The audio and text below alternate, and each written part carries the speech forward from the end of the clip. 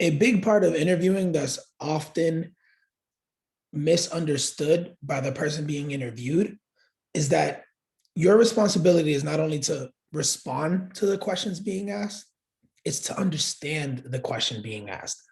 Sometimes what we do is jump right into telling our story and sharing a bunch of information that may or may not be relevant while interviewing because we feel the sense to just fill the space between when someone's asking you a question and when you respond, because we think that's gonna A, be impressive, and B, that's just a natural response to being nervous. So we just talk, talk, talk, talk, talk. But when you can take a moment to understand what type of question your interviewer is asking you, then you'll actually start to demonstrate thoughtfulness in the interview process. And that's impresses everyone. And then two, you start to get to the place where the information that you share is 100% relevant to the interviewer. So in my experience, there has been four types of interview questions that I've seen repeatedly asked in interviews and that I've been trained to ask as a recruiter and as a hiring manager, as someone that's looking to build teams. And those questions fall into these buckets. You have your typical icebreaker questions, which are just trying to get to know you. And they typically come out in a way that annoys everyone that's ever interviewed, which is like, tell me a little bit about yourself.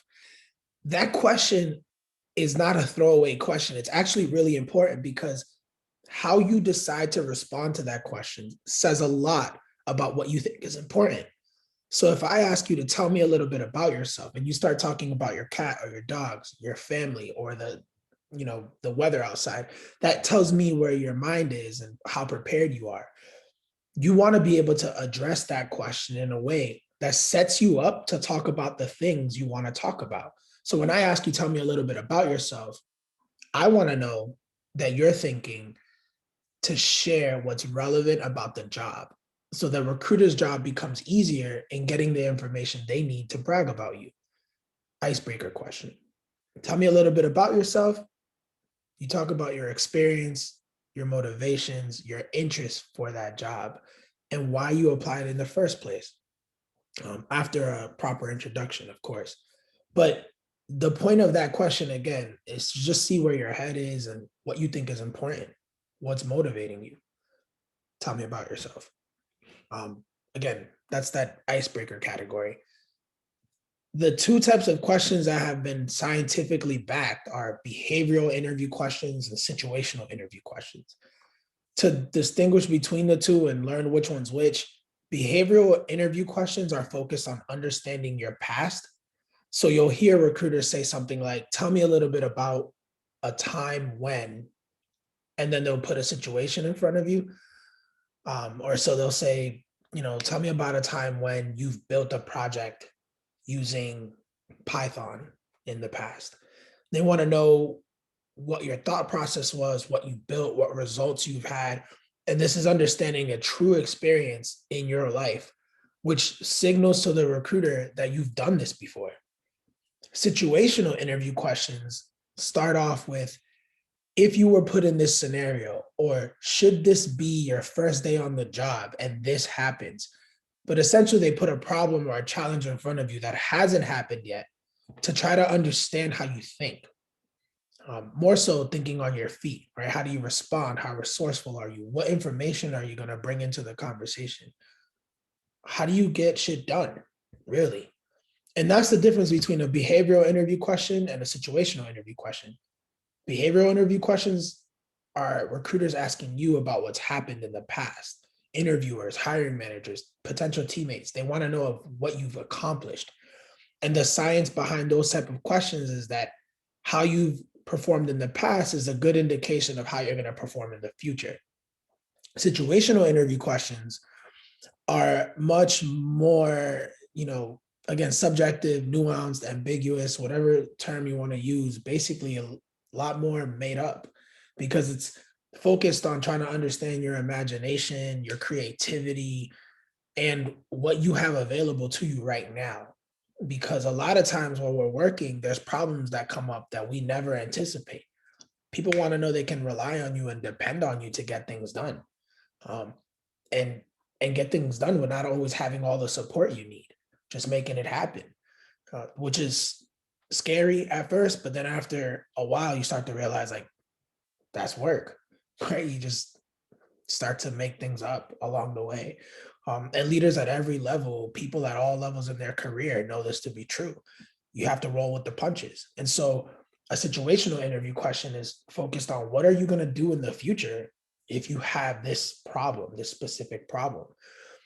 So just to recap, you have icebreaker questions, behavioral questions, situational questions.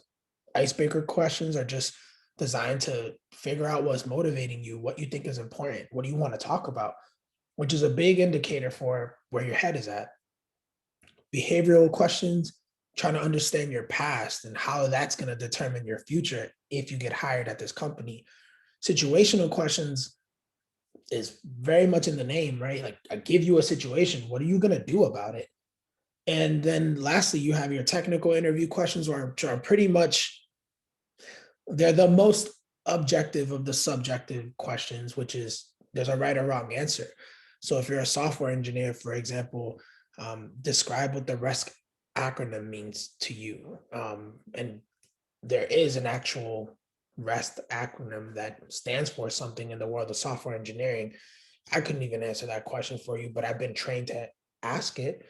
RESTful APIs, but again, I'm not a software engineer. It's just important to be able to have questions that demonstrate a certain level of knowledge or understanding, right? So if you're a technical recruiter or applying for a technical recruiter role, what does ATS mean? Applicant tracking system. People that are not in the world of recruiting might not know the answer to that question. Same with marketing, right? Like, what does CAC mean? Customer acquisition cost.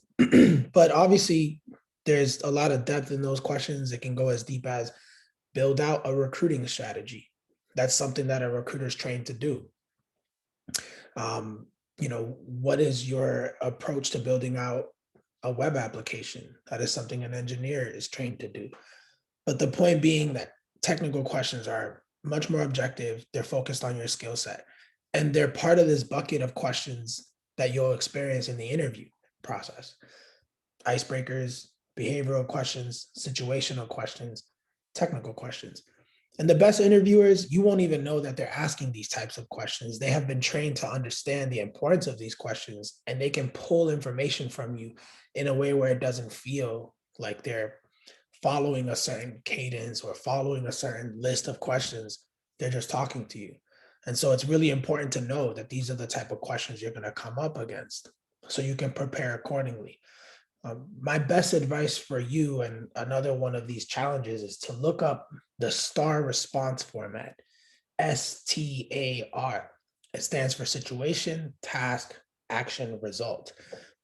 The reason why the STAR response format is important is it because it trains you on how to respond to interview questions and just questions in general in a very coherent way with a beginning and an ending that's focused on you explaining what situation you've been in, what task, what challenges, what problems you've overcome and encountered, what actions you've taken to overcome and take on those challenges and problems, and what results you've demonstrated.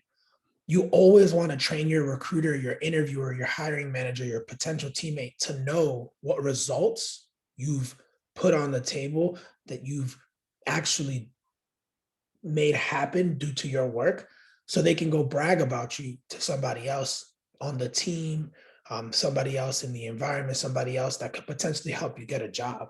Again, that's the STAR response format, STAR, situation, task, action, result. So hopefully you found this useful. Keep thinking about those types of interview questions, icebreakers, behavioral questions, situational questions, technical questions. And there's a bunch more, but the point being, make sure you're aware of the fact that interviewers are constantly asking you questions to understand you, and they're doing so with a bunch of different thoughts in mind in terms of how they're going to get more information about you to brag to their team so they can prove you're the right hire. So make their life easier. Go and study the STAR response format. Start thinking about ways to answer those types of questions, and make sure when you connect with the NSL team, you have them explain to you how important these interview questions and the types of interview questions are in successfully earning a job.